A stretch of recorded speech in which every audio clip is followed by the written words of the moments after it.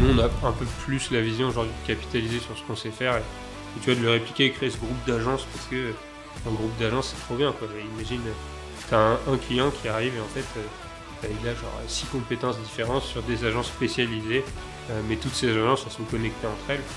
En fait, c'est hyper vertueux, quoi, pour tout le monde.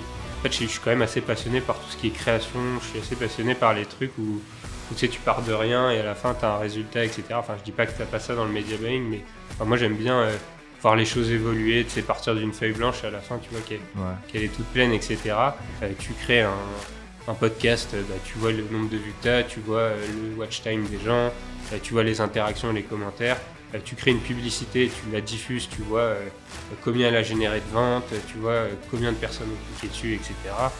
En fait, moi, c'est toute cette partie-là qui me passionne, c'est allier leur création et data.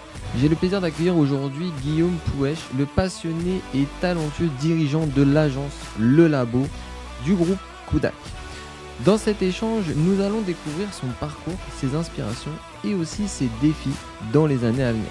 Pour tous ceux qui ne connaissent pas Le Labo, c'est une agence de vidéoproduction qui va vous aider à définir votre stratégie média et aussi à produire vos publicités pour atteindre vos objectifs de croissance. Je suis ravi d'avoir pu échanger autour de la vidéoproduction avec Guillaume. Je vous laisse découvrir cet épisode dans son intégralité et surtout, n'hésitez pas à liker et à vous abonner à la chaîne. Salut Guillaume. Salut. Comment ça va aujourd'hui ? Bah écoute, au top. Super, je suis ravi de t'accueillir aujourd'hui dans ce nouveau format podcast. J'aimerais vraiment apprendre à mieux te connaître et à faire un peu connaître ton parcours à l'audience parce que c'est vrai que dans ton écosystème et dans ton entreprise, comme on a dit, t'es pas vraiment mis en avant et je voulais vraiment qu'on ait aussi ton avis et surtout ton avis sur la vidéo production parce que c'est aussi quelque chose que je touche depuis des années et ça m'intéresse de voir encore quelqu'un qui est dedans, qui est dans le feu encore, on va dire, de la vidéo production. Alors, écoute, merci de me recevoir. Avec plaisir. Si tu veux bien, raconte-nous un petit peu ton parcours et comment t'en es arrivé à la première étape, on va dire, à l'entrée chez Kudak. Ok, écoute, très clair. Donc moi, c'est Guillaume. J'ai 25 ans. Mon parcours, pour le résumer un peu rapidement, et peut-être qu'on rentrera un peu dans le détail après. Donc moi, en sortie d'études, j'ai fait 2 ans d'école de commerce. À la suite de ces 2 ans d'école de commerce, j'ai arrêté, et donc j'ai pris 1 an de pause pour chercher un peu ce que je voulais faire. Ensuite, j'ai rejoint une école de communication pendant 2 ans. Et c'est pendant cette 2e année que j'ai rejoint Kudak. Donc c'était en plein Covid. Et en gros, pendant le Covid, je m'ennuyais un peu, tu vois. Et du coup, c'est là où j'ai vu une offre d'emploi qui parlait de graphiste, monteur, job étudiant. Tu vois, moi, ça me convenait à l'époque. Quand t'es étudiant, t'as pas grand-chose à faire, surtout en période de Covid. Ouais, j'imagine, ouais. Et donc, j'avais fait des stages avant, etc. Mais du coup, Kudak, c'est un peu ma première expérience, on va dire, pro, vraiment pro pour le coup. Et donc, j'ai rejoint ça... C'était en juin 2020, donc l'agence elle avait 2 mois à l'époque. Okay. Et donc à la base c'était surtout pour faire quelques vidéos YouTube, quelques vidéos LinkedIn, aider un peu les clients, etc. Et aider un peu sur les créations pour les clients. Et donc par la suite en fait Kudak est devenu un groupement d'agences. Et donc moi j'ai pu prendre toute cette partie on va dire créative. Qui aujourd'hui s'appelle du coup Le Labo et qui est une agence spécialisée dans l'accompagnement créatif des marques, surtout e-commerce, mais on s'étale de plus en plus, et dont on a une partie du coup vidéo production. Donc tu es rentré en tant que, on va dire, presque freelance, à peu près, tu commences à faire des premiers montages, et derrière tu as évolué dans l'enceinte du groupe Kudak en créant toi, en te positionnant, on va dire, en tant que dirigeant du labo. Ouais. En fait, ce qu'il faut comprendre, c'est que Kudak, moi, quand je le rejoins, il y a 3 personnes. Donc, tu as Théo Lyon, du coup, qui est assez connu. Tu as Paul Maire, qui, lui, avait rejoint Théo parce qu'il se connaissait d'HEC, de la prépa, etc. Et il y avait David, qui est le meilleur pote de Théo. Et donc, David, lui, gérait toute la partie, on va dire, visuelle. Donc, tu avais Paul et Théo qui géraient toute la partie, on va dire, média, donc placement publicitaire et tout pour les clients. Et à l'époque, tu avais 4-5 clients, quoi, max. Donc, en fait, tu n'avais pas un gros besoin là-dessus. Un job étudiant, 10-15 heures par semaine, ça suffisait. Et du coup, ça, en effet, je le faisais en freelance. Le truc, c'est qu'après, l'agence a grandi très rapidement, notamment parce que Théo faisait énormément de contenu. À l'époque, il n'y avait pas énormément de personnes qui qui faisaient du contenu là-dessus. Et donc, nous, ça nous a mis vraiment En lumière. beaucoup de visibilité, etc. Mais la petite subtilité, en fait, et pourquoi c'est intervenu, mais c'est intervenu quand même un peu plus tard, la petite subtilité, c'est que Théo, il a un profil du coup média à la base, et les gens le connaissent pour la partie plus média, même si on a toujours eu ce positionnement, faire de la performance grâce à la créa, parce que c'était un truc qui se faisait pas trop en 2020. Mais du coup, en fait, les gens venaient vraiment chez nous pour bosser en média. Et donc, un jour, on s'est quand même rendu compte d'un truc, c'est qu'il y avait énormément de marques qui avaient internalisé la partie média chez eux, parce que quand tu grandis, tu as peut-être envie d'avoir la main dessus, t'as pas envie forcément de passer par une agence, etc. Mais c'est pas pour autant que ces marques avaient internalisé la partie créa. Et donc, nous, on s'est dit, il faut qu'on ait une porte d'entrée, en fait, pour ces gens, qu'ils arrêtent de penser qu'on fait que média créa parce que toute notre visibilité, elle est basée là-dessus. Et donc, on a créé on a brandé notre service créa qui s'appelle maintenant Le Labo. Et donc, moi, j'ai pris forcément la tête de ce truc parce que, en fait, quand je suis arrivé, un mois plus tard, David, lui, il a quitté la boîte et c'était lui qui était responsable de ça. Donc, c'est moi qui l'ai pris directement. Okay. Et donc, quand on s'est dit qu'il fallait créer ça, de base, je gérais la partie créa. Et donc, c'était la suite logique que je prenne un peu la tête de ce truc. Ouais. Parce que Kudak, de base, c'est une agence plus Facebook Ads. Ouais. Et du coup, toi, t'es rentré pour créer les créas publicitaires spéciales réseaux sociaux. Ouais, c'est ça. Okay. En fait, à l'époque, ce qu'il faut comprendre, c'est qu'il n'y avait pas de... Toutes les agences qui faisaient de l'achat média ne faisaient pas de créa parce que c'était pas En fait, le besoin, il était pas aussi présent. Tu vois, il y avait moins de concurrence, c'était quand même moins cher sur Facebook. Tu mettais quelques euros, tu avais des résultats, etc. Et un jour, c'est devenu très discriminant de faire des créas vraiment dédiés à ça, optimisés à la publicité parce que quand tes coûts de diffusion, ils doublent, ça commence à être embêtant, tu vois, de diffuser des créas qui sont juste des photos ou des trucs que tu as repris de ton compte Instagram ou autre. Et nous, on avait vraiment cette volonté de se dire, on va faire ce que les autres ne font pas, et ce que les autres ne faisaient pas, c'était d'avoir internalisé la créa dans l'agence. Et ça, c'était un positionnement qui était fort et qui résonnait bien chez les gens. Ouais. Ouais, c'est sûr que la créa, c'est un vrai sujet, mais je l'ai vécu aussi, ce côté production, parce que en fait, la plupart des gens qui venaient pour demander des services Facebook Ads, ils pensaient que tout était inclus, que derrière, c'était nous qu'on devait tout produire, on va dire, en interne, et ils se rendaient pas compte des coûts de production qu'on pouvait avoir, etc. Donc, c'est vrai que moi, je pense que le fait d'avoir splitté ces agences, ça permet justement d'avoir un visuel différent, de dire, voilà, il y a le côté, on va dire, plus media buying, et le côté création de contenu qui est maintenant vraiment important sur le côté Facebook Ads. On reviendra un peu là-dessus après par rapport à la stratégie média. On va voir ton avis. Mais en tout cas, ça fait plaisir de voir ton évolution quand même parce que tu es parti, tu as fait quel type d'études? Tu t'es arrêté à quel niveau? Ouais, j'avais fait 2 ans de commerce et après j'avais fait 1 an et demi en création digitale en gros. Mais la première année, je l'ai fait 6 mois de stage, 6 mois de cours, 6 mois de stage. Et après, en fait, c'est pendant le stage que j'ai trouvé Kudak. Et après, j'ai refait 6 mois de cours et j'ai dû arrêter parce que ça prenait trop de temps. Et du coup, on va dire que j'ai une formation création digitale, mais en réalité, en un an et demi, t'apprends pas grand-chose, quoi. Ouais, c'est sûr. Mais qu'est-ce qui t'a fait prendre ce virage de vidéo production, vraiment te focaliser sur la prod plutôt que de te focaliser sur du media buying, par exemple, parce que vu que tu avais un pied là-dedans aussi, tu aurais pu très bien tourner vers le media buying plutôt que la vidéo production. Qu'est-ce qui t'a plus inspiré dans la vidéo? Qu'est-ce qui t'a plus, on va dire, motivé à aller vers la vidéo production, pardon? Ouais. En fait, je pense que c'est un peu comment ça s'appelle, tu vois, quand j'ai fait école de commerce, je pense que c'est vers là que j'aurais pu finir dans des trucs plutôt media buying et tout. Ouais. Mais j'ai arrêté parce que en fait, j'avais quand même besoin de... En fait, je suis quand même assez passionné par tout ce qui est création. Je suis assez passionné par les trucs où tu sais, tu pars de rien et à la fin, tu as un résultat, etc. Enfin, je dis pas que tu n'as pas ça dans le media buying, mais moi, j'aime bien voir les choses évoluer, tu sais, partir d'une feuille blanche et à la fin, tu vois, qu'elle est toute pleine, etc. Et du coup, je pense que instinctivement, quand j'ai arrêté l'école de commerce et que je me suis tourné vers là, c'est là où j'ai un peu pris ce virage de me dire, voilà, j'ai pas envie de faire des métiers un peu marketing, j'ai pas envie de faire des métiers media buying, etc. J'étais tout de suite un peu les yeux sur Enfin, à la base, moi, c'était plutôt du web. J'aurais voulu faire du web design. Ah ouais, ok. Et puis, en fait, quand j'ai rejoint Kudak et que j'ai découvert, tu vois, ces trucs de faire des petites publicités et tout, en fait, j'ai trouvé ça trop bien parce que, bon, même si à la base, tu vois, j'étais encore étudiant et on faisait des trucs pas très compliqués, avec le temps, je trouvais ça hyper cool de voir que, tu vois, tu t'allais prendre le temps de produire une belle vidéo. Enfin, on parle de vidéo, mais tu vas même faire un shooting photo avec des belles images que derrière, tu vas travailler, tu vas faire une belle publicité, etc. Tu la mets sur le business manager et puis tu as des retours genre chiffrés. Donc moi, j'ai trouvé ça trop passionnant en fait parce que je pense que j'aurais pas aimé par contre être vidéaste sans avoir un retour data. Ouais. Parce qu'en fait, j'ai quand même cette fibre un peu commerce, un peu chiffre, un peu progression. En fait, j'aime bien les choses qui progressent.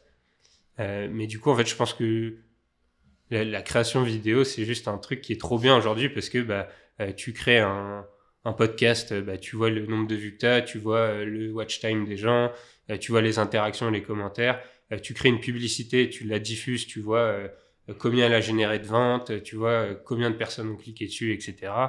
En fait, moi, c'est toute cette partie-là qui me passionne, c'est allier genre création et data.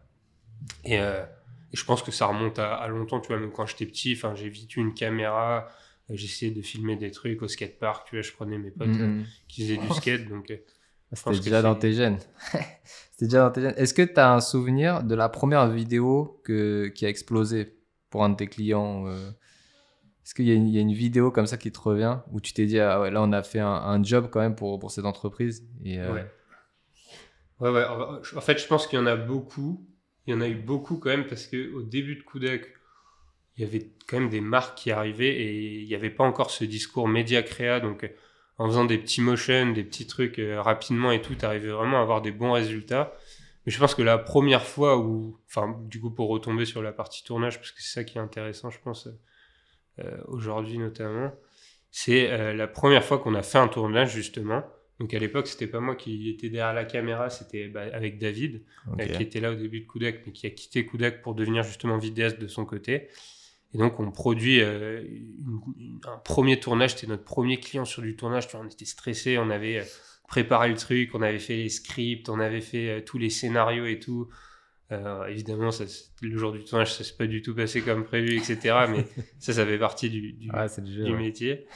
Et là, en fait, Spring, c'était stylé parce que du coup, Spring, c'est une marque de lessive qui livre dans des petites boîtes en carton qui passent dans la boîte aux lettres et tout. Okay. Et ça, c'était un des clients à l'époque sur lequel il y avait un des plus beaux budgets publicitaires qu'on avait dans Kudak. Donc nous, on était un peu en mode pression, tu vois, et tout. Et les vidéos du tournage, tu vois, c'est là où je me suis rendu compte que c'était vraiment stylé la production de vidéos. C'est que le tournage, ça nous permettait de produire des contenus qui n'étaient pas basés sur des assets existants. On avait vraiment la liberté, tu vois, d'imaginer les assets de zéro, tu vois. Et là, les résultats, ils étaient vraiment bons, tu vois. On avait fait un tournage bien complet, il y avait beaucoup de rendus, du coup, ils avaient pu faire pas mal de tests et tout. Tu vois, selon les messages, on avait dit, ok, dans cette vidéo, la fondatrice, elle va dire ça, dans celle-là, elle va plutôt commencer par ça, etc. Et là, en fait, tu vois, en recoupant un peu les données à la fin, on avait des vidéos qui avaient vraiment des bonnes performances et tout. Donc ça, c'était notre premier tournage. Et je sais pas si c'est là où on a eu le plus d'impact, mais c'est là où je me suis souvenu me dire, ah, ça, c'est vraiment stylé, tu vois. Ouais. Ok. Et vous faites essentiellement de la créa pour les réseaux sociaux, pas pour de la format télé, par exemple, ou format panneau publicitaire à l'extérieur, billboard. Alors, historiquement, on fait que pour les réseaux sociaux. Donc, on a vraiment grandi Facebook, Instagram. Ok. En évoluant un peu, en ayant des marques aussi qui avaient d'autres besoins, on a fait évoluer un peu les formats on a commencé à arriver sur YouTube, sur du Pinterest, sur du Snapchat. Après, il y a eu TikTok, donc on s'est mis à faire du TikTok, etc. Et alors, c'est pas une chose qu'on propose aujourd'hui de faire de la pub télé, de faire des billboards, etc. Mais par contre, tu vois, quand on est sur un tournage, si notre client il nous dit, ok, là, j'aimerais bien qu'on pense aussi à une vidéo pour tel ou tel truc, on va le faire, tu vois. Mais 90%, 95% des choses qu'on fait aujourd'hui, c'est pour les réseaux sociaux. Ouais. Okay. Mais après, tu as quand même un truc, c'est que tout est adaptable, tout est convertible. À partir du moment où tu sais que tu vas devoir le faire. Après, c'est vrai que les publicités, réseaux sociaux et télé, moi j'ai l'impression qu'il y a un monde entre les deux. Ouais. J'ai vraiment, tu sais, à la télé, t'as toujours une histoire, storytelling vraiment poussée à l'extrême où t'arrives des fois pas à rejoindre les deux bouts, tu vois. Tu comprends pas vraiment pourquoi ils ont mis telle chose. Alors, en fait, si t'étais dans la pièce de réunion quand ils ont créé cette publicité, peut-être que tu comprendrais parce que c'est toujours assez subtil.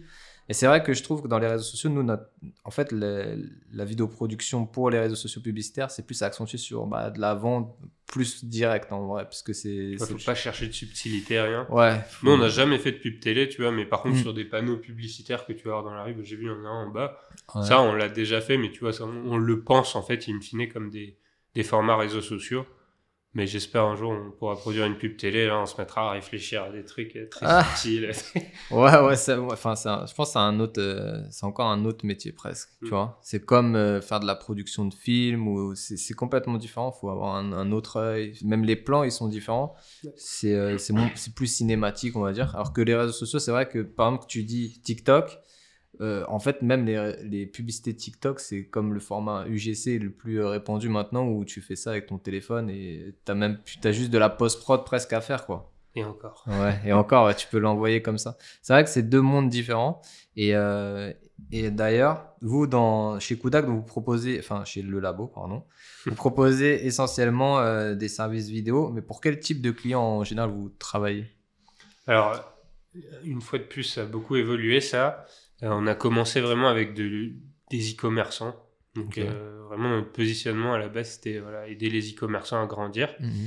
Et notamment avec l'arrivée de tout ce qui va être vidéo, photo, qu'on n'avait pas historiquement.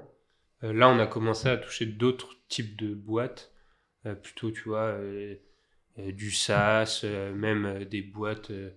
Tu vois, là, actuellement, je bosse pour un cabinet de conseil en strat, pour un centre de dermocosmétiques. On bosse aussi avec une pépinière, tu vois, qui vend des cyprès pour couvrir ton vis-à-vis avec ton voisin, etc. Mais parce qu'en fait, ce qu'on aime bien là-dedans, et c'est pour ça aussi qu'on bosse avec des boîtes comme ça, c'est que souvent, c'est des boîtes qui ont des concepts qui sont faciles à comprendre, mais il faut les expliquer, tu vois. Et la vidéo, c'est souvent le bon format pour le faire. Tu vois, sur un petit format statique carré, tu vas pas pouvoir expliquer tout ce que fait un centre de dermocosmétique ou alors comment ça marche, ta pépinière où on te vend des arbres pour couvrir un vis-à-vis, ce sera trop limitant. Et donc, en fait, le côté vidéo production, ça nous a permis aussi d'élargir un peu notre cible et nos clients parce que, en fait, tu te rends compte aujourd'hui, n'importe qui a besoin, pas n'importe qui, tout le monde a besoin d'une vidéo. Ouais, en fait, les e-commerçants, ils se sont positionnés en premier avec ces nouveaux formats vidéo parce que eux, ils chiffrent beaucoup plus derrière. En fait, je pense que là, il y a une prise de conscience sur les réseaux sociaux que c'est hyper important d'y être, de faire du contenu régulièrement. Donc, c'est pour ça qu'il y a tous les profils d'entreprises maintenant qui arrivent, toutes les niches et commencent à se dire, si je veux exister, j'ai pas le choix que de faire des réels et de faire des TikTok presque. Ouais. Mais puis même, tu le vois sur les sites, genre, tu vois, il y a 3 ans, sur un site, tu n'avais pas de vidéo, ou alors encore, tu avais une petite vidéo YouTube qui était embed sur la homepage et tout. Ouais. Tu vois, aujourd'hui, il y en a qui construisent des sites sur de la vidéo, tu vois, donc c'est vraiment important, et je pense que tout le monde le voit, et tout le monde le sait, donc c'est important pour nous de sortir progressivement aussi de la partie e-commerce sur cette partie vidéo, parce que on est bon justement pour vulgariser des messages, on est bon pour les simplifier, pour raconter des histoires, etc. Là où parfois le e-commerçant, tu vois, je veux pas être comment ça s'appelle, un peu réducteur, mais tu vois, un e-commerçant qui vend un t-shirt, tu vas pas faire une grosse production autour de ça, ça va être plus des belles images, ça va être plutôt, t'as pas à expliquer, à part Asphalt par exemple, qui le font super bien. C'est du storytelling plus autour. T'as plus besoin d'une image un peu impressionnante, un peu jolie, qui met ton vêtement en avant, là où en fait une personne qui a un service un peu complexe à expliquer, tu peux vraiment l'aider à clarifier son message, à le rendre digeste et tout. C'est vrai. Asphalt, c'est autre chose, je pense qu'il y a quand même un message derrière ça. Moi, j'ai fait de la vidéo pour des bijoux par exemple, et je t'assure qu'en faisant des plans sur Paris, juste gros plan large, ça a fait de la conversion directe. Et c'est vrai que au final, ça a un impact hyper bénéfique pour les marques e-commerce. Et je pense que si des autres entreprises elles commencent à rentrer là-dedans, moi j'ai même eu des demandes, par exemple des avocats, des métiers qui au final ils sont plus dans l'ombre, des métiers de l'ombre qui commencent à chercher la lumière par la vidéo. Donc c'est hyper intéressant. C'est pour ça d'ailleurs que je voulais t'inviter parce que, comme j'ai dit, moi j'ai mon côté aussi vidéographe que j'ai toujours, que je fais toujours, etc. Et c'est vrai que vous avez beaucoup travaillé avec différentes entreprises françaises notamment, tu vois, et ça me tenait à cœur de savoir un petit peu comment vous procédez justement pour montrer aux gens tout le travail qu'il y a derrière. Parce que moi, dans mes derniers clients que j'ai eu dans la généralité, j'ai toujours eu des problèmes à faire comprendre que c'était un vrai travail et que c'était pas simplement prendre une vidéo avec un iPhone, tu vois. Ouais. Tu vois. Donc, c'est pour ça que je pense que c'est important de mettre ça en lumière, tu vois, et aussi de leur montrer l'impact que ça a derrière. Ouais, complètement. Alors nous, le process, évidemment, il va varier d'une marque à l'autre selon son besoin, etc. Enfin, concrètement, le point de départ, c'est toujours de comprendre un peu ce dont elle a besoin la marque. Donc là, on va commencer par... Enfin, ça, on va souvent l'avoir d'ailleurs, on va souvent le déblayer dans des appels de vente, etc., dans des appels de découverte. Une fois que la marque va accepter de bosser avec nous, on va avoir une grosse phase de bien comprendre son produit, bien comprendre ses enjeux, bien comprendre ses objectifs, et dans quel format est-ce qu'on va pouvoir... dans quel type de vidéo on va pouvoir le mettre le mieux en avant. Et donc là commence une grosse recherche de c'est quoi les messages qu'on veut mettre en avant, c'est quoi la vidéo qui va être la plus simple pour faire passer ce message. Moi j'aime bien bosser sur un truc, c'est des niveaux de discours. Tu vois, je prends une marque, je me dis une marque e-commerce, elle peut faire parler son fondateur, elle peut parler avec une voix off et avoir un discours complètement impersonnel mais qui est le discours de sa marque. Elle peut avoir un discours qui est celui de ses clients. Elle peut avoir un discours qui est celui d'une personne experte dans son milieu, etc. Donc moi, ce que je commence, c'est toujours aller chercher les opportunités. Tu vois, je me dis, ok, c'est quoi vraiment qu'il faut pour cette marque, pour son objectif. Moi, les gens, ils viennent souvent me voir ils veulent vendre plus. Donc c'est vraiment aller chercher, tu vois, c'est quoi, qui on doit faire parler pour vendre plus. Et ensuite, une fois qu'on sait toutes ces personnes qu'on va faire parler, on va commencer à se poser un peu la question de qu'est-ce qu'il nous faut d'un point de vue logistique. Donc là, tu as quand même une grosse phase de réflexion. Tu dois trouver un lieu qui te permet de le faire. Si tu as besoin d'acteurs, d'actrices, etc., tu vas devoir faire un casting. Si tu dois avoir toute une logistique sur des accessoires, etc., là, c'est pareil. Ça prend pas mal de temps, tu vois. Il faut réunir toutes ces informations. Et en fait, cette phase préparative, elle est super importante. Et elle prend du temps parce que si tu ne le fais pas, le jour du tournage, tu ne vas pas pouvoir faire un truc qui est hyper important pour moi, c'est de vraiment rentabiliser le temps que tu as sur place. Tu vois. Donc ça, c'est un truc qui est rarement vu en fait par les marques. Et donc nous, ce qu'on fait, c'est qu'on essaie vraiment de bien les impliquer dans toutes les étapes. Donc vraiment, on a fait notre casting, on leur montre, on essaie de discuter avec eux, on essaie d'influencer leur choix, etc. Parce que c'est important aussi qu'on ait notre patte là-dedans. Sur le lieu pareil, etc. Donc une fois qu'on va valider tout ça, comment ça se passe ? Simplement, il va y avoir un jour de tournage, une journée, 2 journées, etc. Dans certains cas, il va même y avoir une phase avant ça, c'est une phase de repérage. Donc par exemple, pour tout ce qui est shooting extérieur, nous, ce qu'on fait, c'est on va aller repérer les lieux, on va aller faire des fausses maquettes, tu vois. La dernière fois, on l'a fait pour une marque de vélo. Du coup, on a pris des Vélib et on se mettait dessus et on testait des plans, tu vois, parce que c'était important.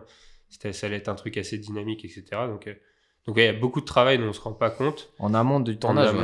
Et après, il y a aussi beaucoup de travail derrière le tournage. Ça, c'est un truc qu'il faut prendre en compte aussi. Mais selon le tournage que tu as fait, il y a tout le tri à faire. Il y a tout le montage, il y a toutes les animations, il y a toutes les comment ça s'appelle, la color grading, l'étalonnage en français. L'étalonnage, Et après, forcément, ton client, il va toujours avoir un retour ou deux. Des petits modifs, donc ça peut prendre du temps et tout, mais donc, c'est dur à simplifier, je trouve. En fait, le gros enjeu, surtout, c'est de produire quelque chose que le client va apprécier visuellement et qui aura aussi un impact. Parce qu'il y a plein de gens, de ce que je pense, c'est qu'il y a plein de gens, ils veulent des choses qui sont presque fais-moi décoller une fusée sur la Lune et j'aurai le meilleur visuel du monde, mais ils se rendent pas compte qu'au final ça va leur apporter 0 conversion, tu vois. Et avec ton regard aussi, parce que toi, comme tu as dit, ce qui te plaît, c'est de faire du chiffre derrière, d'avoir de la data et voir que tu as eu un impact grâce à ta publicité, grâce à ton visuel. Au final, tu te dis, d'envoyer quelqu'un sur la Lune, ça aura zéro impact sur ton taux de conversion. Il faut plutôt faire un shooting sur Paris avec des Vélib. Ouais. Et peut-être le client ne va pas comprendre. Tu vois, ça, c'est hyper important, cette phase de préparation de client, comme tu l'as dit. Et ça, d'ailleurs, je rebondis là-dessus parce que j'en ai pas trop parlé. Mais c'est vrai que c'est une phase, la pré-production, c'est hyper important parce que tu as ce truc-là en effet, tu analyses ce qu'a fait ton client jusqu'ici. Mm-hmm. Donc, nous, tu vois, on va aller regarder dans le BM, on va lui demander de nous partager de la data, etc., sur ce qu'il a pu faire jusqu'ici. Et derrière, tu vas évidemment lui proposer des idées qui vont être cohérentes par rapport à ce que tu vois d'un point de vue data. Mais il y a aussi le truc, c'est en effet la partie budget. C'est hyper important de toujours réussir à se dire... mon client il a tant de budget, il faut que j'arrive à lui proposer un truc qui va lui permettre de répondre à ses enjeux, qui vont lui plaire visuellement, etc. Mais qui font que tu te retrouves là-dedans autant que lui il s'y retrouve et que toi tu t'y retrouves aussi, parce que moi ça m'est arrivé de faire des tournages où à la fin tu regardes l'enveloppe, tu dis putain merde, j'ai oublié de me payer là-dedans, quoi, c'est dommage. C'est vrai. Comment tu arrives à gérer justement ça quand tu fais une propale à un client, à faire comprendre au client son ROI sur ce budget-là et que c'est plus intéressant d'aller vers ce type de format publicitaire plutôt qu'un format publicitaire bien moins important avec un visuel bien moins adapté, mais qui va lui dire, parce que parfois les gens vont se dire moi il a potentiellement les fonds, mais peut-être que c'est la première fois qu'il travaille avec toi et tout, et il dit non, finalement je veux que mettre 1000 € sur sur une vidéo, et que s'il avait mis peut-être le double ou le triple, il aurait eu quelque chose de plus quali. Comment tu arrives justement à gérer ce défi budget quand tu parles avec ta clientèle? En fait, nous, du coup, avant d'avoir fait du tournage, historiquement, on faisait beaucoup de réadaptation de contenu. Donc, juste, on récupère des assets existants et on va les optimiser pour en faire des publicités. Mm-hmm. Et en fait, le tournage, c'est venu à un moment où on bossait avec des marques pour qui c'était plus suffisant de toujours réutiliser des mêmes assets, tu vois. Et du coup... t'as deux cas de figure. T'as le cas de figure où ça fait longtemps qu'on a le client chez nous, qu'on a produit plusieurs sets de créa et qu'à un moment, tu vois, tu lui dis, regarde la data, regarde les ressources. Aujourd'hui, on plafonne un peu, donc ce serait bien qu'on puisse produire du nouveau contenu. Donc là, déjà, ça peut justifier et amener le fait que un tournage, ça pourrait être pertinent.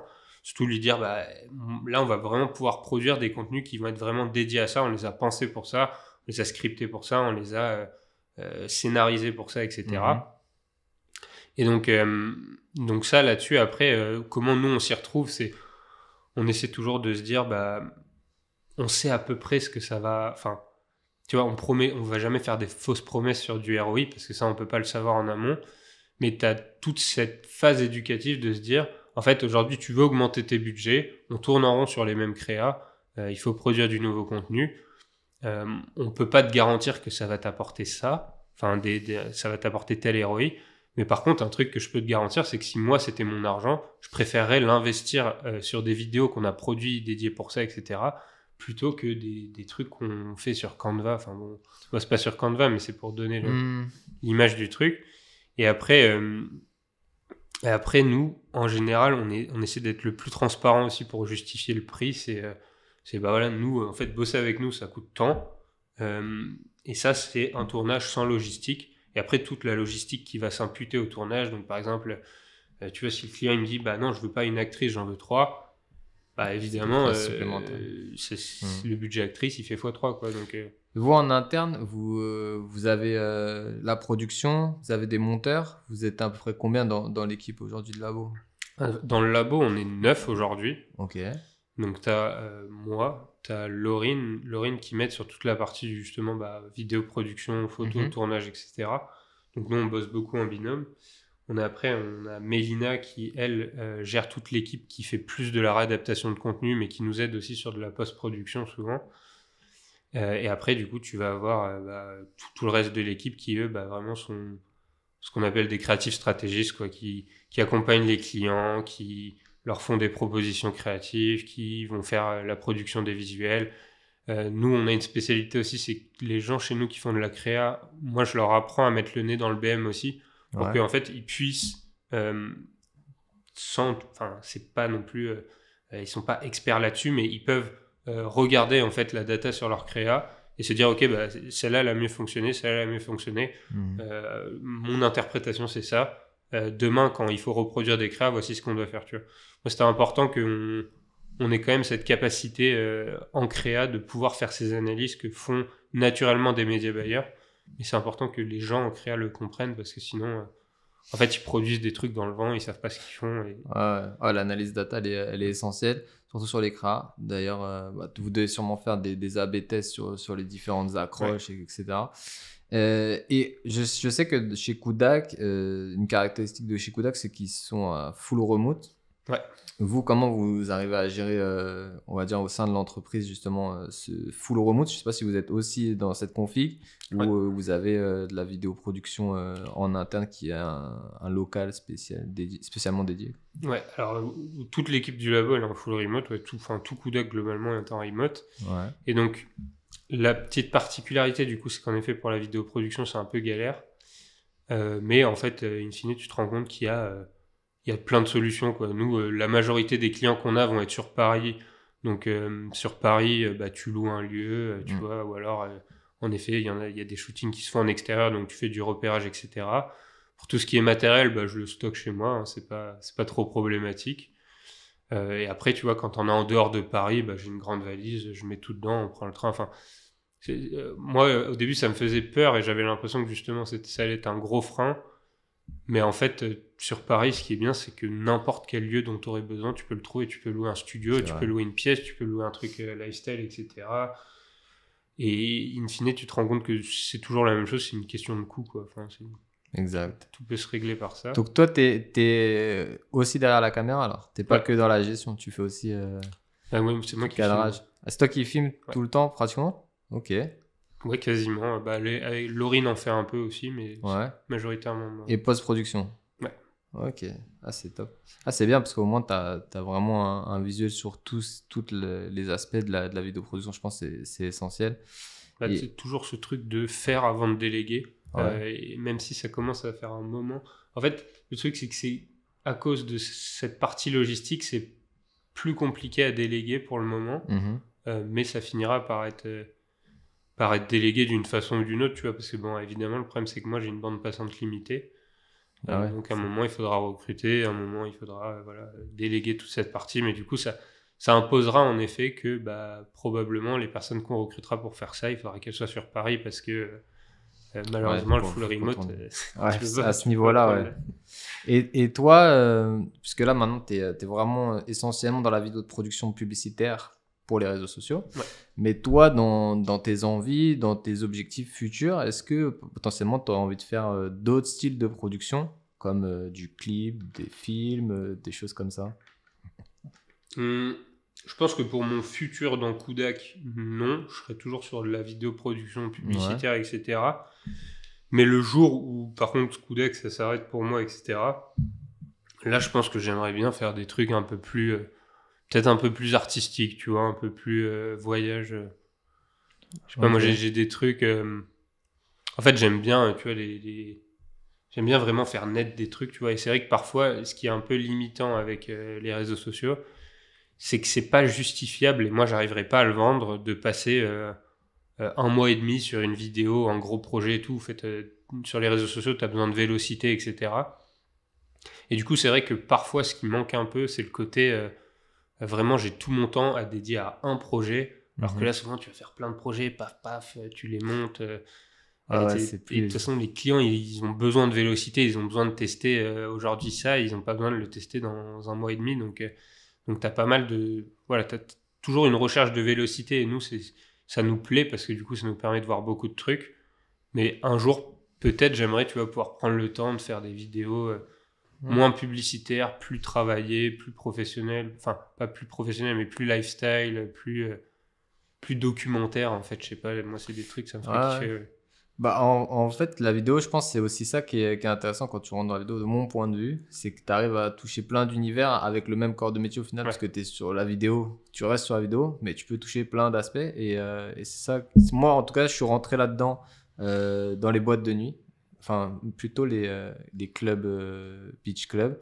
Et au final, après, bah, j'ai fait plusieurs styles de vidéoproduction et c'était hyper intéressant. Et je pense que de toute manière, la vidéo publicitaire, ça reste, on va dire, le cœur maintenant des attentes en termes de production pour les entreprises, surtout celles qui gèrent les publicités. Et bien sûr, il y a un gros besoin maintenant aujourd'hui. Donc C'est là où il y a de l'argent aussi.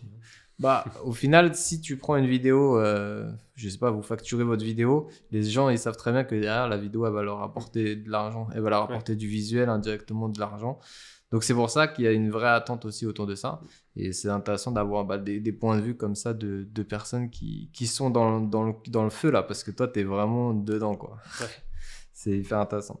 Du coup, il y a une question que je t'ai posée en off. Comment gères-tu le défi de la scalabilité de ton entreprise aujourd'hui pour le labo?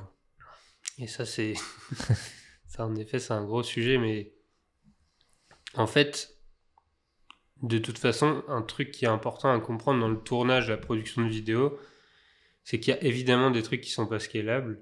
Ouais. Donc, toute la partie logistique, tu peux pas la scaler, etc. Faire un tournage, tu peux pas être à 2 endroits en même temps.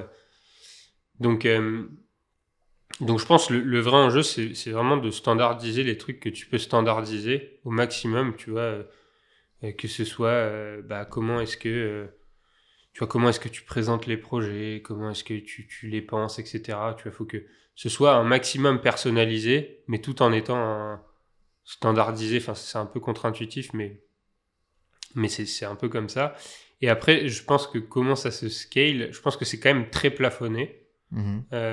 Mais moi je vois plus le truc et c'est comme ça que j'essaie d'accompagner les entreprises dans ce que je disais tout à l'heure, c'est quand on organise une journée de tournage, comment est-ce qu'on peut faire en sorte, tu vois, de tirer un maximum de contenu, comment est-ce qu'on peut faire en sorte de tirer un maximum de vidéos pour que eux derrière ils puissent tester pendant un certain nombre de temps et qui va justifier justement que tu puisses augmenter ton prix, etc.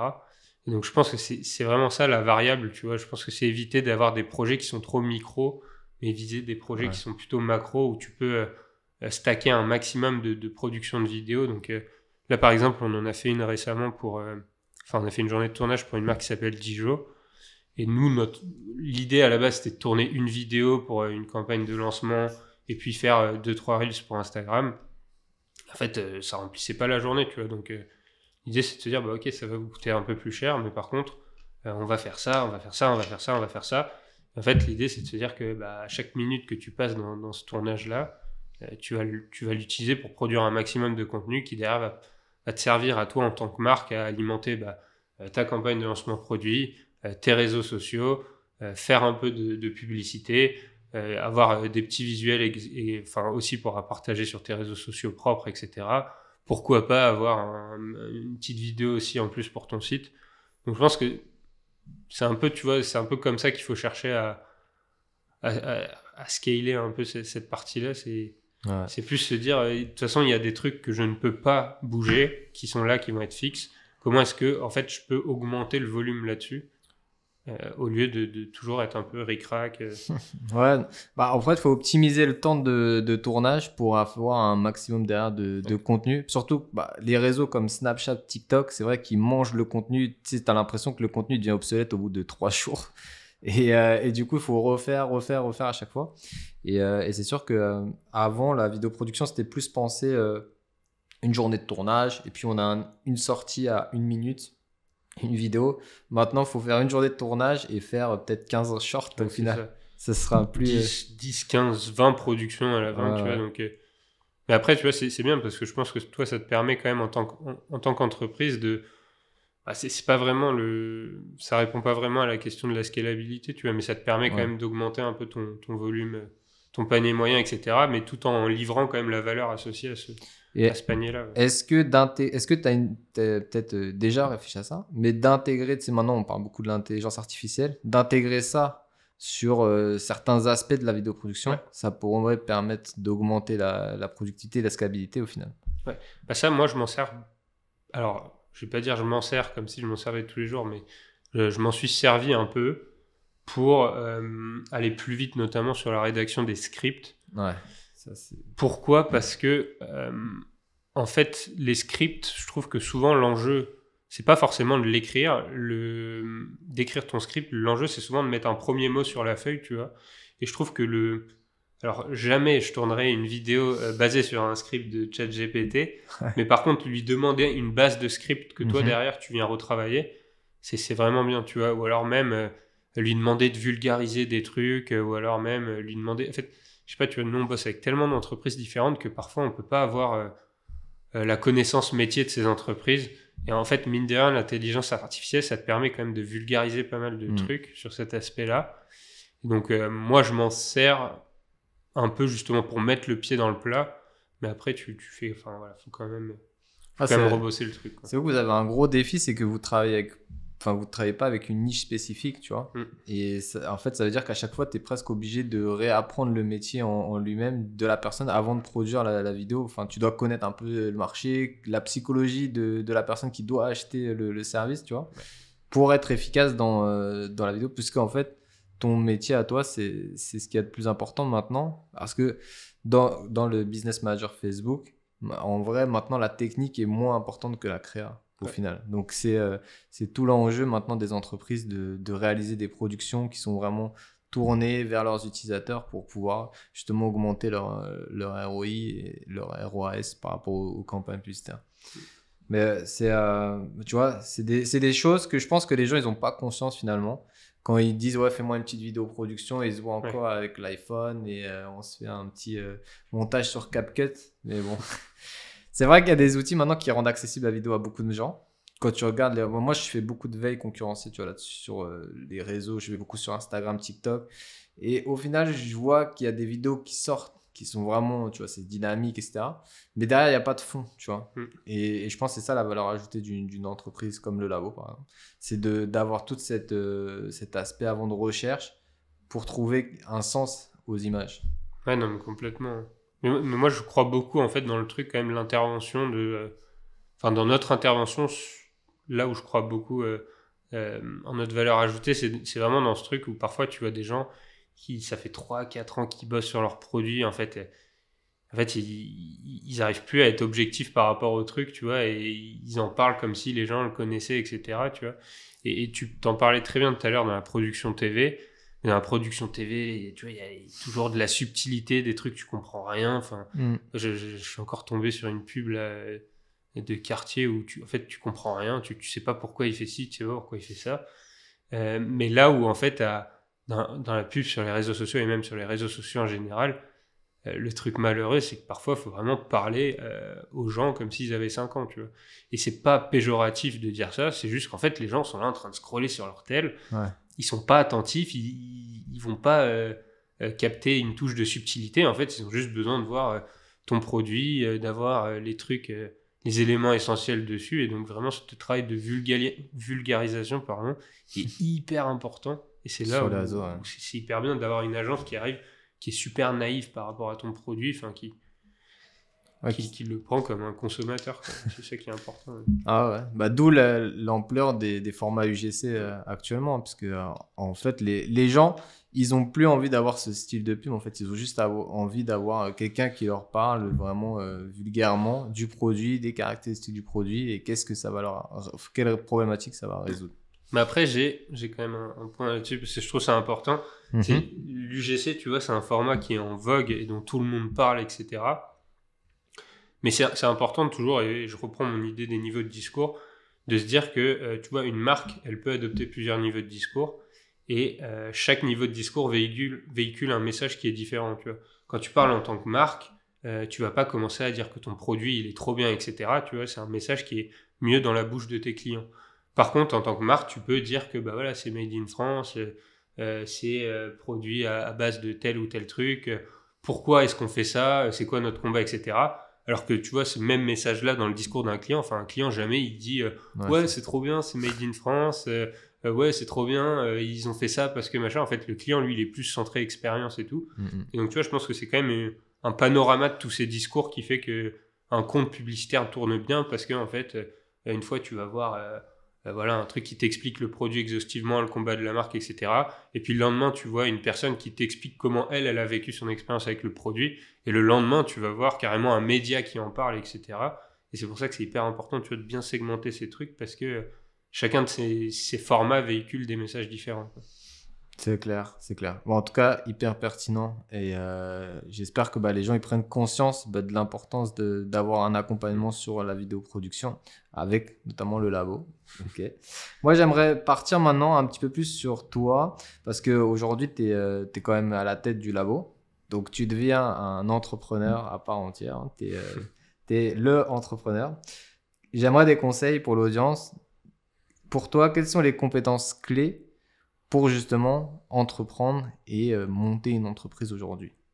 Ouais, ça c'est toujours difficile comme question, parce que j'ai l'impression que tu vois, les conseils que tu donnes à un instant T, c'est ceux qui s'appliquent le plus à toi à ce moment-là, mais que en fait, peut-être plusieurs années avant, tu l'aurais pas pensé. Mais en fait, je pense que le vrai sujet, c'est... Enfin, en tout cas, ça, c'est vraiment un truc qui s'applique à moi, et je le conseille quand même à beaucoup de gens, c'est vraiment déjà de savoir un peu bien s'entourer. Faut toujours considérer qu'au début, dans l'entrepreneuriat, enfin même quand tu évolues et tout, tu vas avoir tendance à penser que tu peux tout faire tout seul, que tu es l'entrepreneur, que tu es la tête, t'es la tête de tout, tu vois. Mhm. Mais en fait, la compétence de savoir bien s'entourer, elle est essentielle parce que déjà, tu peux pas te faire tout seul. Enfin, il y a 24 heures dans une journée. Et en plus, en fait, je sais pas, d'avoir plusieurs avis sur des sujets, d'avoir des visions, tu vois, qui se confrontent, etc. C'est hyper important. Et surtout, en fait, ça te permet aussi d'avoir des feedbacks en continu, d'être bien entouré. Ça te permet je sais pas, ça te permet d'avancer plus vite. Mais donc, je pense que un conseil pour, c'est quoi, c'est pour entreprendre, ta question? Non, les compétences clés pour entreprendre. Les compétences clés, déjà, ouais, savoir bien s'entourer. Ouais. Je pense qu'il faut savoir être hyper curieux. Mhm. Genre, moi, je vois vraiment que c'est... Tu vois, je sais pas, enfin, c'est un peu bullshit, mais tu vois, aller regarder un peu de partout, vraiment s'informer, savoir écouter les gens, tu vois, l'écoute, c'est vraiment une compétence clé aussi. Et je pense qu'il y a aussi un énorme biais, c'est dans la simplification des choses. Alors, je pense Ok. qu'il y a vraiment... en fait, aujourd'hui, tu as trop d'informations de partout, etc. Il faut savoir tout simplifier et prendre des décisions par rapport à ces trucs-là. Tu vois, je pense que c'est vraiment les compétences clés. Genre savoir s'entourer parce qu'à un moment, tu vas plafonner, savoir écouter et parler et être curieux avec tout le monde parce qu'en fait, tout évolue trop vite. En fait, tu vois, sinon, on était resté bloqué sur notre Facebook, Instagram du démarrage. Ça a que 3 ans, Kudak, tu vois. Donc, si on était resté bloqué là-dessus parce qu'on avait été borné, qu'on n'avait pas écouté les gens, etc., on n'aurait jamais évolué. Et ce dernier truc de vraiment savoir simplifier les choses, c'est salvateur parce que, en fait, c'est trop simple quand on entreprend d'en faire des caisses. Ouais, c'est clair. Ouais. T'as l'impression que ça y est, tout est compliqué. Ouais, non, mais j'ai compris ça, ouais, machin, faut faire des caisses. Alors qu'en fait, tout simplifier les choses, juste, c'est hyper salvateur. Ouais, c'est vrai qu'il y en a qui pensent révolutionner le monde à chaque fois qu'ils entreprennent un truc, alors qu'au final, le produit existe déjà, ou il y a des gens qui le font déjà très bien, mais il y a toujours du marché. Même vous, en fait, dans le media buying et dans la vidéoproduction en soi, moi, par exemple, j'ai connu le media buying en 2017, et c'est vrai que quand vous êtes arrivé sur les réseaux avec Kudak, vous avez aussi... apporter une autre vision du côté agence media buying qui était assez, en fait il n'y avait pas beaucoup de lumière là-dessus au final, qui était assez porté freelance au final. Il y avait beaucoup de freelance qui faisaient ça, mais peu d'agences vraiment exposées là-dessus. Et moi je trouvais ça hyper pertinent. J'ai trouvé ça, de mon avis extérieur, j'ai trouvé ça hyper pertinent comme vous avez mis ça en valeur. Même toi, pendant un moment, tu faisais beaucoup de contenu sur YouTube, je regardais, tu vois, de développer aussi ça, cet aspect plus technique sur les tournages, etc., que je trouve qu'il n'y a pas assez sur YouTube, tu vois. Non, mais ouais, c'est cool ça, et je pense que c'est un vrai point dans Kudak, c'est que nous, alors, on n'a jamais eu la prétention d'être les meilleurs, et tu vois, pour en revenir au truc d'en faire des caisses, c'est quand tu fais du media buying, et finalement, et ça, on est à l'aise de le dire, c'est que entre les 10 premières agences, si tu prends le top 10, tu vois, enfin, bon, je sais même pas s'il y a un classement, je sais même pas comment il serait fait ce classement. En fait, la compétence pure de media buying, elle est pas, tu vois, t'as pas une énorme différence entre l'agence numéro 10 et l'agence numéro 1. Mais par contre, tu peux révolutionner d'autres trucs. Enfin, tu peux faire des caisses sur comment tu recrutes tes équipes, comment tu les formes, comment est-ce que tu essaies de créer une boîte qui est plutôt cool. Tu vois, ça reste un business d'humain, le service. Donc, comment tu fais en sorte que les gens avec qui tu bosses, c'est agréable de bosser avec eux. T'as pas l'impression de bosser avec des gens qui se font fouetter dans leurs agences, etc. Tu vois. Et je pense que c'est là la grosse différence. Et c'est là-dessus qu'il faut en faire des caisses plutôt que sur la compétence Facebook Ads pure. Parce qu'en fait, tout le monde aujourd'hui peut se former à Facebook Ads et tout le monde peut arriver à un bon niveau. Par contre, tout le monde n'est pas capable de délivrer un bon service autour de Facebook Ads parce que ça demande des compétences humaines, ça demande des compétences, tu vois, d'avoir un peu de vision, un peu de prise de hauteur, etc. Ça demande aussi de savoir se mettre dans la peau des clients que tu accompagnes, enfin dans les business et tout. Donc ouais, c'est ça, je pense que nous, c'est un peu ce qu'on a cherché à faire, c'est de documenter le truc, le rendre un peu humain, le rendre un peu transparent, sympathique et tout. Et c'est un message en tout cas qui résonne bien. Ok, ouais. Non, c'est. En tout cas, moi, j'ai vu l'évolution parce que j'ai suivi dans les débuts. Je pense Théo, quand il faisait Road to 10 Million, les premiers formats. Enfin, tout ce qui présentait, en fait, c'était un peu décrasser, on va dire, le format media buying qu'on avait l'habitude où on faisait juste du tutoriel. Facebook Ads, c'est genre, clique là, tu vas créer une publicité, tu vois. Et c'est ça qui était intéressant. Je pense aussi, ce qui a fait votre réussite aussi, c'est de mettre en avant un autre aspect de l'entreprise, de l'agence. Et j'espère que vous allez continuer à créer du contenu comme ça, avec aussi le podcast Enlève tes chaussettes. Enlève tes chaussettes, bien sûr. Ouais. Parce que c'est aussi intéressant d'avoir des avis, parce que je sais que vous avez le format avec des invités, mais vous avez aussi le podcast où vous invitez des marques avec qui vous avez travaillé et tout ça, et ce format-là est hyper intéressant, je trouve aussi. Donc lui c'est plus dans la technique, Enlève tes chaussures c'est plus dans le divertissement. Road to 10 Million c'est plus le format où Théo va documenter un peu la progression de l'agence, côté un peu plus entrepreneuriat, etc. Et après il a des petits formats un peu qui rentrent pas trop dans des lignes, mais c'est plus des formats, tu vois, il va parler d'actualité, il va parler de tel ou tel sujet qui est intéressant et qui peut intéresser les gens qui suivent sa chaîne, etc. Donc c'est important pour nous de documenter, enfin même, tu vois, on parle beaucoup de Théo, mais même l'équipe en elle-même essaie de documenter à sa façon. On encourage les gens à poster sur LinkedIn, on les encourage à poster des apprentissages et tout. Les apprentissages qu'ils font, on les encourage à partager ce qu'ils vivent dans Kudak et tout, et c'est plutôt cool, tu vois ça. Et toi, est-ce que tu as une stratégie de contenu là pour les mois à venir, ou est-ce que tu souhaites monter justement ton personal branding un petit peu de la même manière que Théo le fait? Est-ce que tu as des objectifs comme ça aussi de croissance en termes de visibilité? Ouais, on fait bien d'en parler.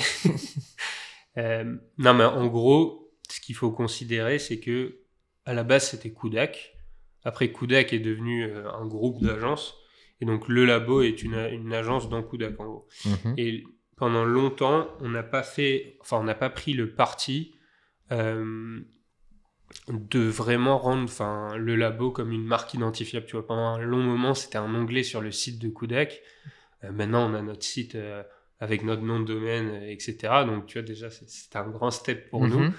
Et l'idée, c'est de se dire, en fait... Kudak, la source d'acquisition principale, c'est tout le contenu de Théo.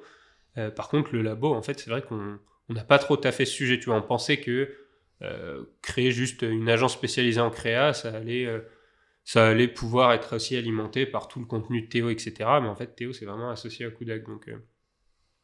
Donc t'as un gros chantier qui se prépare, en effet, pour qu'on puisse vraiment, et moi de mon côté, et aussi inclure l'équipe, parce que pour moi, c'est important que tu vois, tout le monde soit dans le bateau en train de ramer, pour qu'on puisse proposer plus de contenu vidéo. Tu vois, on aimerait bien avoir vraiment plus de contenu vidéo, plus centré sur la créa, parce qu'on en a fait pendant un moment sur YouTube, mais on a vite arrêté parce que c'était plus notre priorité, etc.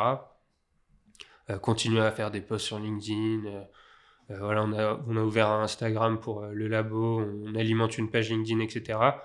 Mais moi, j'aimerais bien essayer de recréer en effet ce qu'on a fait sur Kudak, d'avoir un truc où vraiment on documente ce qu'on fait au labo, tu vois, mettre un peu en lumière, tout ce qui est vidéoproduction et tout, prise de photos, même réadaptation de contenu, tu vois, il y a plein de trucs intéressants.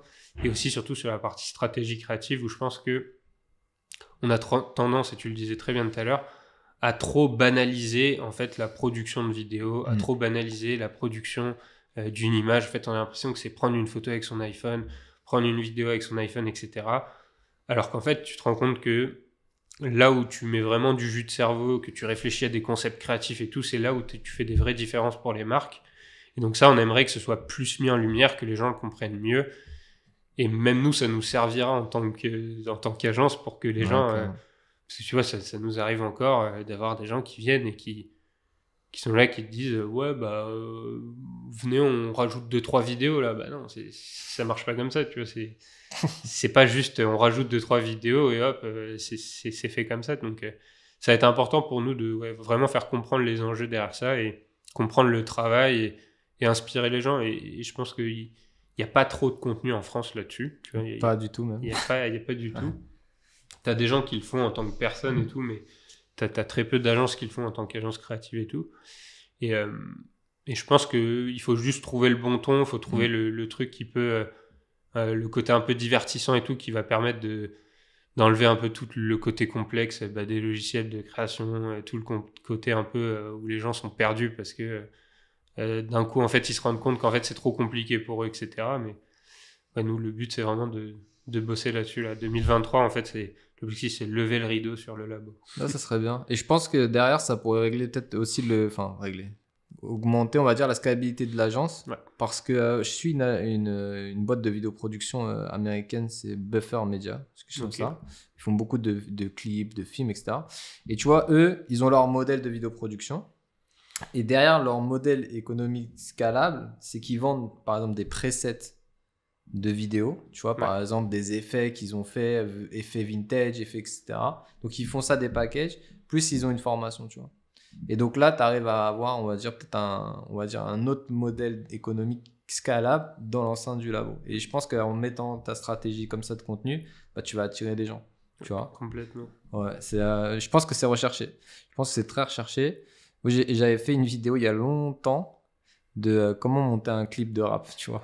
Parce que j'avais fait des clips à l'époque.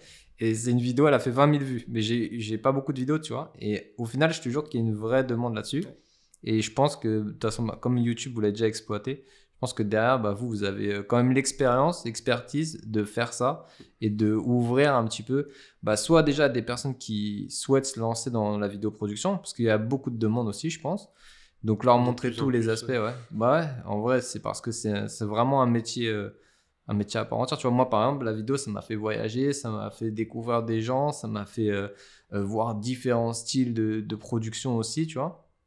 Et c'est hyper intéressant comme métier. Et derrière aussi, tu arrives à, on va dire, à faire un visuel pour différents clients. Et je pense qu'il y a de la demande là-dessus aussi. Hein. Donc, j'espère que je verrai bientôt les nouvelles vidéos sur YouTube. Ça arrive. J'espère ça. Alors, toi, dans ton parcours, là, dans tout ce qui s'est passé depuis la création du labo Kudak, c'est quoi les leçons que tu as appris un peu en tant qu'entrepreneur sur les différentes étapes, les process? Peut-être qu'il y a eu des moments un peu plus tendus où vous avez dû répondre à des questions que vous n'aviez pas vraiment pensé. Quelles leçons tu as pu en tirer par rapport à ça? Et explique-nous un petit peu les différentes étapes que tu as pu... je pense que déjà, une des premières leçons, ça rejoint un peu ce que je disais dans les qualités, tu vois, mais c'est à un moment, il faut comprendre que tu peux pas tout faire, tu vois, et je pense qu'en tant qu'entrepreneur, faut être OK avec l'idée que ton taf, il va peut-être changer tous les 3-4 mois. Mais ça, c'est dur. Je pense que j'ai mis du temps à le comprendre, mais quand je l'ai compris, ça a été vraiment salvateur, tu vois, de se poser, de se dire, OK, ça, c'était mes tâches il y a 3 mois. Ça, c'est mes tâches aujourd'hui. Ça, c'était mes tâches il y a 3 mois. Ça, c'est les besoins actuels de l'agence. Est-ce que mes tâches répondent à ce besoin? Tu vois, oui, non. Et après, il faut être à l'aise avec le fait de changer de travail, tu vois. L'autre truc, c'est forcément le travail, il disparaît pas quand même, donc faut apprendre à monter des équipes, apprendre à déléguer, etc. Et je pense que c'est un truc qui est trop sous-estimé, cette partie-là. c'est que tu as vraiment le fait de monter une équipe, créer une agence où les gens sont contents de bosser, les gens ils se la donnent et tout.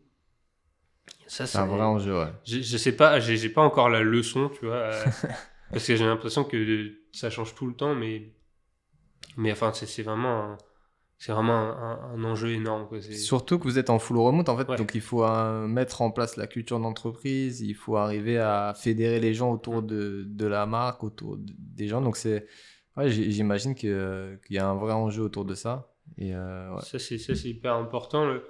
Un autre truc, je pense, une leçon qui est importante, c'est aussi le côté, tu vois, le côté un peu passion, tu vois, le côté un peu, faut kiffer ce que tu fais, tu vois, c'est hyper important. On avait eu sur Enlève tes chaussures, on avait eu cette discussion avec Yomi, par exemple, où lui disait assez fermement que dans la vie, si tu veux gagner de l'argent, si tu veux réussir, c'est une question de discipline et tout. Moi, ça m'avait pas mal travaillé parce qu'on avait eu ce grand débat avec lui et lui était vraiment... parce que lui, en fait, il fonctionne comme ça, tu vois, il est très discipliné. En fait, Yomi, t'aimerais pas l'avoir comme concurrent, tu vois, c'est le mec, c'est une machine de guerre. Mais à la fois, je pense que, tu vois, si la discipline peut t'emmener quelque part, je pense que le côté un peu passion, c'est un peu ce qui te permet d'apprécier le chemin, tu vois. Et je pense que ça, c'est hyper important. Et donc, autant faire des trucs que t'aimes bien et essayer de vraiment en faire un peu ton quotidien, parce que ça va être un vrai moteur. Et aussi s'entourer de personnes et qui t'aiment bien bosser, tu vois. Moi, parfois, j'ai pris un peu des recrutements à la va-vite, où je pensais que ça répondait à mes besoins, etc. Mais en fait, le truc, c'est que une boîte, ça reste une somme d'humains, donc si tu t'entends pas, même si tu prends une personne hyper compétente, mais qui fit pas du tout avec ta culture, le problème, c'est que bon, les compétences, ça peut s'apprendre avec la motivation. Les gens, tu peux pas les changer, quoi. C'est clair, ouais. Donc c'est une vraie leçon. Et après, je pense que j'ai 40 000 leçons, mais une autre leçon, je pense que ce qu'on nous apprend à l'école, moi j'avais vraiment une vision un peu biaisée de l'école. J'ai l'impression de rien apprendre et tout. Et en fait, dans l'entrepreneuriat, plus tu avances, plus tu te rends compte qu'en fait, à l'école, on t'apprend des trucs qui sont intéressants. Juste, on te les apprend pas au bon moment, tu vois. C'est vraiment le truc de, par exemple, la finance d'entreprise. Moi, j'avais eu en école de commerce et ça me parlait pas du tout. Je trouvais ça débile. Et puis, en fait, un jour, tu as un problème côté finance. Et en fait, tu comprends tout ce qu'on essaie de t'apprendre et tout. Et ça, c'est une vraie leçon. C'est de se dire qu'en fait, c'est que tu peux pas, en fait, tout ce qu'on t'apprend et par exemple, tout ce que tu vois dans des podcasts, tout ce que tu vas lire dans des posts LinkedIn, tout ce qu'on essaie de t'apprendre à l'école, etc. Si c'est pas dans ton contexte, si c'est pas dans ta problématique, faut pas en faire des caisses, tu vois, parce qu'en fait, tant que tu vas pas être confronté à cette situation, t'en as pas vraiment besoin. T'en as pas vraiment besoin, ou du moins, en fait, tu vas pas le comprendre de la bonne façon et tout. Donc ouais, je pense qu'il faut vraiment prendre des décisions, tu vois, dans son contexte à soi. Faut faire ses erreurs. faut déculpabiliser, tu vois. Enfin, de toute façon, personne réussit du premier coup. Donc je pense que c'est sûr. Faut juste rendre le chemin agréable. Moi, c'est vraiment le truc qui est important pour moi. Ah, c'est vrai. Bah, quand tu dis ça, c'est marrant parce que en vrai, tout le monde critique un peu le système scolaire français ces derniers temps, surtout dans les podcasts, tu vois. Ouais. Moi, je sais que dans les podcasts, ce que ça m'apporte, c'est déjà beaucoup de langage que j'avais pas, tu vois. Par exemple, moi, j'ai jamais été dans une école de commerce ou HEC ou peu importe, tu vois. Et c'est vrai qu'à travers les podcasts, déjà, j'arrive à m'imprégner un peu du langage des gens et aussi à apprendre un petit peu différents objectifs que les gens ils ont, les enjeux d'entreprise, tu vois, que j'avais pas forcément de visuel. Et je trouve que c'est un autre enseignement. Et c'est vrai que maintenant, à mon moment maintenant, j'essaye de chercher des informations, alors que quand j'avais 18 ans, qu'on m'aurait parlé de choses comme ça, tu vois, forcément, j'aurais même pas écouté, tu vois, ça m'intéresserait pas. Donc c'est vrai que tout ce qui est éducation, etc., nous, on a la chance de vivre en 2023, on va dire, d'avoir YouTube et d'avoir tout ce qui est e-learning maintenant pour alimenter très vite notre cerveau d'informations. Et moi, par exemple, la vidéo, je l'ai appris que sur YouTube, tu vois. Je sais pas, toi, comment tu as fait pour apprendre la vidéo directement? Dans ton école, tu avais des bases ou... Non, pas du tout. Moi, j'avais déjà touché un peu des caméras quand j'étais petit, donc déjà par la pratique. Et après, en effet, quand j'ai essayé de professionnaliser un peu le truc, J'ai eu 2 phases. C'est une grosse phase d'observation quand au début on externalisait la production. Donc moi j'étais quand même sur les tournages et c'est vrai que moi je suis très curieux, donc je regardais. Moi j'avais une caméra chez moi, le week-end j'essayais de refaire le truc, tu vois, mais parce qu'en fait une fois de plus c'est des trucs ça me passionne, donc en fait aujourd'hui si demain un coup d'œil ça s'arrête, en fait je ferai la même chose que je fais aujourd'hui, tu vois, et donc ouais, j'avais vraiment eu cette phase d'observation, de curiosité et tout, je posais des questions, t'écoutes, tu essaies d'apprendre, et puis après, il y a des trucs sur lesquels tu plafonnes, tu vas voir sur YouTube. C'est pareil, YouTube, c'est une mine d'or. Et après, le vrai truc aussi, ça reste de pratiquer. Donc, Et ça serait quoi, toi, tes conseils pour quelqu'un qui souhaite se lancer aujourd'hui? En vidéo? Ouais, en vidéo. En vidéo, en fait, moi, récemment, j'ai compris un truc, c'est que, et c'est encore une histoire de contexte, c'est de pas toujours écouter ce que les gens qui font déjà de la vidéo te disent. Genre, pour expliquer l'histoire, c'est parce que moi, la première fois que j'ai fait de la vidéo pour Kudak, on avait vendu un tournage et tout, on était là, on n'avait personne pour le faire, donc moi j'avais commencé à acheter une caméra, tu vois, et une caméra de 3 lumières, un trépied. Je m'étais dit ça va faire l'affaire et tout, j'ai regardé des vidéos, machin. Au final, tu fais le tournage, évidemment, c'est le premier que tu fais, ça fonctionne pas. Donc on s'était fait un peu défoncer.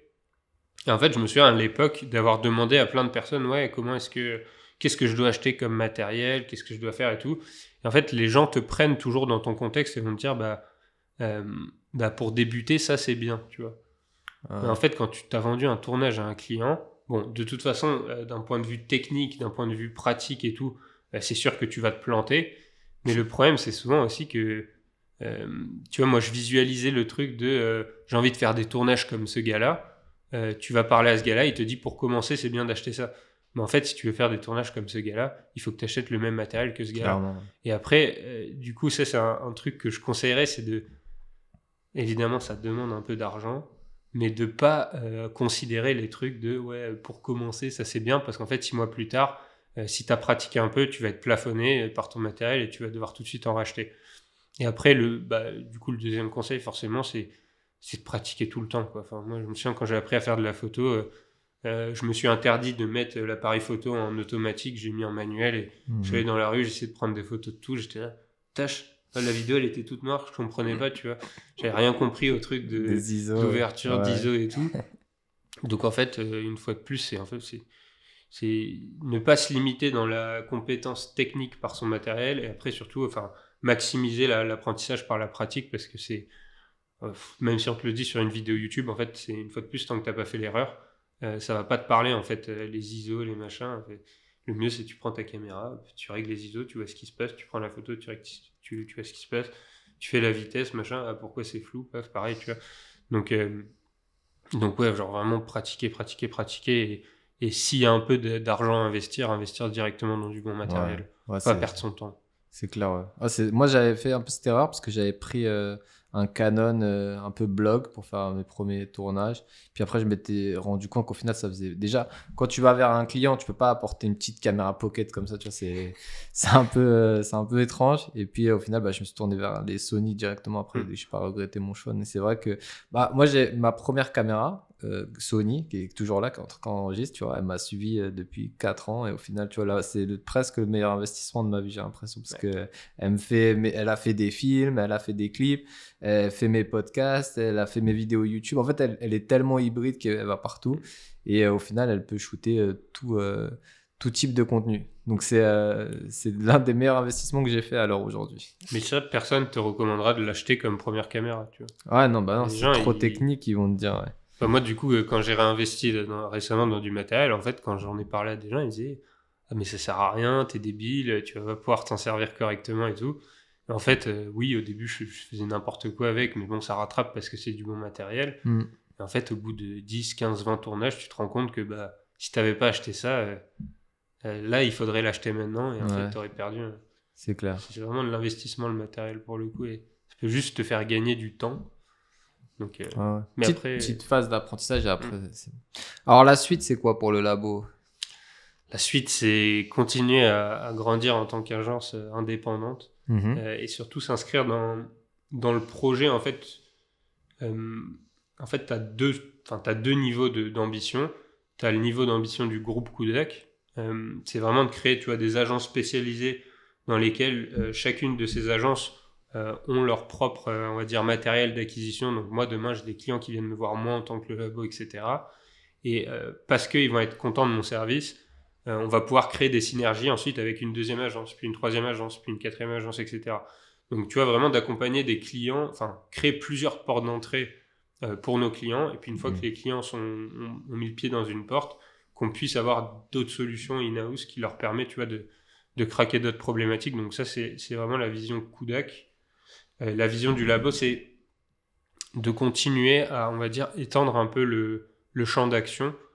Pour t'expliquer, en fait, historiquement, du coup, on faisait que de la réadaptation de contenu Facebook, Instagram Ads. Donc on a vraiment grandi sur ce produit et c'est un produit qui est hyper mature pour nous. Enfin, ça fait 3 ans qu'on en fait. Je pense qu'on est bon sur le marché sur ce produit. Par contre, plus on avance, plus on se rend compte que ça va être limitant pour les clients. Et donc, c'est pour ça que progressivement, on s'est mis à ouvrir d'autres réseaux. Donc là, tu pouvais plus avoir juste de l'impact sur Facebook, Instagram, mais tu en avais sur Facebook, Instagram, Pinterest, TikTok, Snapchat, YouTube. Donc là, déjà, au niveau de la marque, tu vois, tu as plus d'impact. Puis après, tu te mets à faire du tournage vidéo, puis du shooting photo. Et là, les clients, c'est pareil, tu te mets à avoir de l'impact non plus juste sur leur publicité, mais aussi sur la production de leur contenu, qui derrière vont servir aux publicités. Mais la production de ce contenu, il va aussi servir à alimenter des réseaux sociaux en organique, un site internet, une page produit, j'en sais rien, tu vois, plein de trucs. Et donc, nous, la vision, c'est vraiment de créer cette boîte à outils qui permet aux marques de vraiment répondre à tous leurs besoins créatifs, tu vois.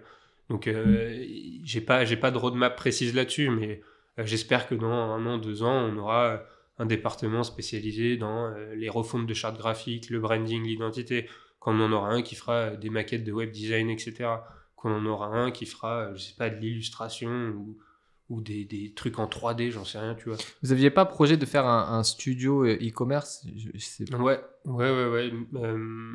Mais ça, du coup, plus à l'échelle de Kudak, donc de lancer des marques en interne. Mais c'est de moins en moins le cas parce qu'en fait, du coup, on a quand même une marque qu'on a backée qui s'appelle Sova, qui fait des compléments alimentaires. Mais en fait, on se rend compte qu'en fait, on est bon dans le service, nous. Donc, tu vois, à moins de trouver des gens avec qui on s'entend super bien, avec qui on a envie de développer un truc, etc., et que eux prennent le lead sur le projet, en fait, nous, on n'aurait pas vraiment d'intérêt à faire ça parce qu'on est bon en service.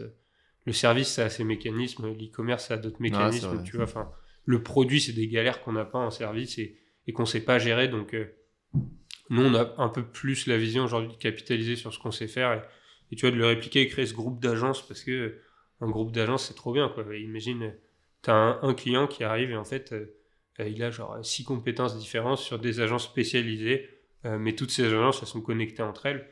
En fait, c'est hyper vertueux, quoi, pour tout le monde.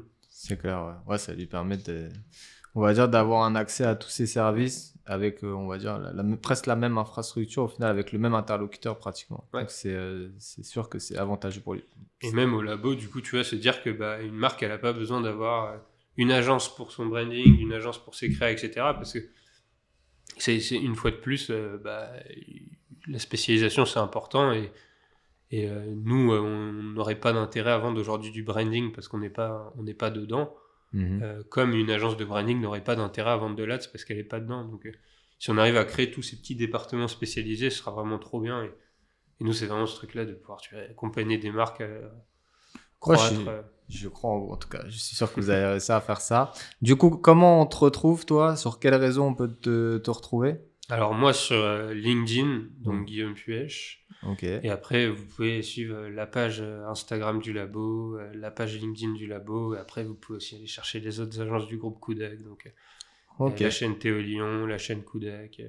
Super. Je mettrai tous les liens en dessous la vidéo de YouTube. Comme cool. Ça, si les gens ils souhaitent en savoir plus sur toi, te suivre sur LinkedIn, je sais que tu postes régulièrement sur LinkedIn. Voir la nouvelle YouTube channel sortir avec les nouveaux contenus. J'attends de voir ça avec impatience. Ça va arriver. On va faire un truc marrant. Super.